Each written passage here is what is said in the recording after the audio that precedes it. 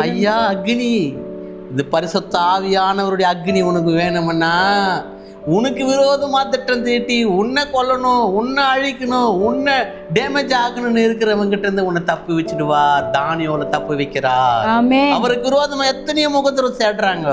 அவர் மீது குற்றத்தை காமிக்கணும். அவனை எப்படி அவனை சுட்டெரிச்சுணும். அக்னியில போட்டா மொத்த குளோஸ் சாம்பல் ஆக்கிடலாம். அவர் வந்தா நீ சாம்பல் ஆக மாட்ட, அந்த பிசாசு தான் சாம்பல் ஆகுவான். அவனை தான் எரிச்சு தூளாக்கி ஆத்துல கலக்குவாரு. அல்லேலூயா. இங்க சொல்றாரு பாரு, பயப்படுகிறவர்களும் அவிசுவாசிகளும். ஆமே. அப்ப பயப்படுறியா கர்த்தருடைய பிள்ளைய? அவிசுவாசமா இருக்கிறியா? இந்த பயத்துக்கு ஒரு புற்றுப்புள்ளி வை. இன்னைக்கு உன் அவிசுவாசத்துக்கு சொல்லு, ஏய் பொல்லாத ஆவியே, என் தேவன் நான் யாருன்னு நினைச்சிட்ட? அவர் அக்னியான தேவன்.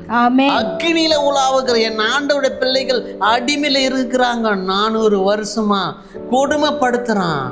அவர்கள் வேதனை சிறுமை அடைக்கிறாங்க. என் தகப்பன் அக்னியா இறங்கினா தெரியுமா? அவரை விடுவித்த ஆண்டவர் என்ன விடுவிக்க வல்லவராயிருக்கிறார்.